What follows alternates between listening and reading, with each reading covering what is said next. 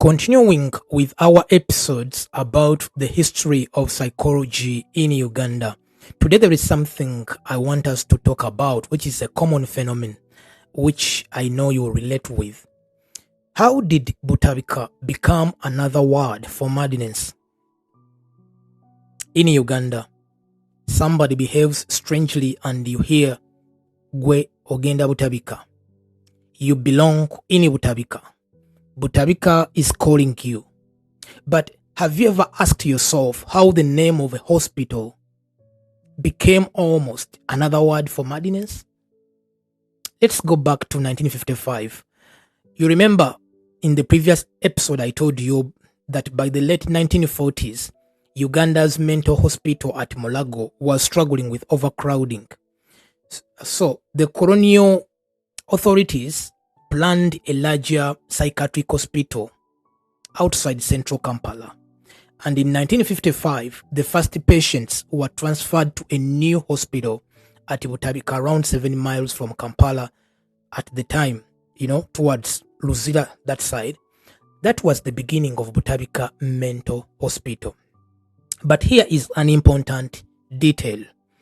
Mulago Mental Hospital did not disappear immediately.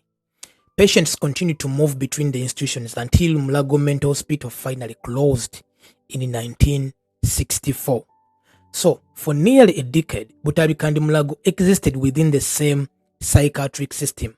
Then Butabiika started taking on another role. It became a center for training Uganda's mental health workforce.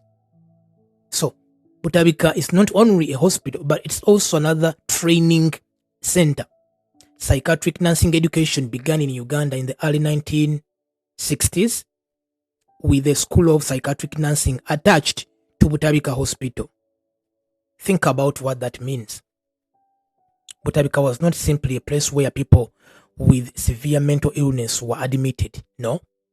It became one of the places where Uganda trained people to care for them. Today, Butabiika remains Uganda's national referral mental health hospital. Its work includes specialized psychiatric treatment, training, research, rehabilitation, community outreach, and reintegration of patients into their families and communities. But there is a problem. The hospital became famous for mental illness, and over time, that association became stigma. It became stigma. For many Ugandans, saying someone has gone to Butabiika doesn't simply mean that person sought mental health treatment. Up to date, it often suggests that the person is mad to very many Ugandans. Research in Uganda has documented this stigma. Some people even avoid treatment because they fear what others will think if they learn that they went to Butabiika. And listen to what happened as recently as June 2026 at a mental health meeting at the Law Development Center. Some stakeholders called for Butabiika Hospital to receive a new name. To receive a new name. Why? They argued that Butabiika had stopped being simply the name of a place and had become an insult associated with mental illness. Partly, I may agree. Now, whether changing the name would reduce stigma is another debate. But think about this. If someone goes to the Uganda Cancer Institute, we don't mock them. If someone goes to the Uganda Heart Institute, we do not use the hospital's name as an insult. So why did we do that with Butabiika? Perhaps the history tells us something. You remember what I said in episode 2? Where I said that Uganda's formal psychiatric system started largely around confinement and institutionalization. You remember? If you've not watched episode 2, go back and watch it. For decades, severe mental illness became associated with being removed from ordinary society and taken to a mental institution. So perhaps we inherited more than a hospital. We inherited the language around mental illness.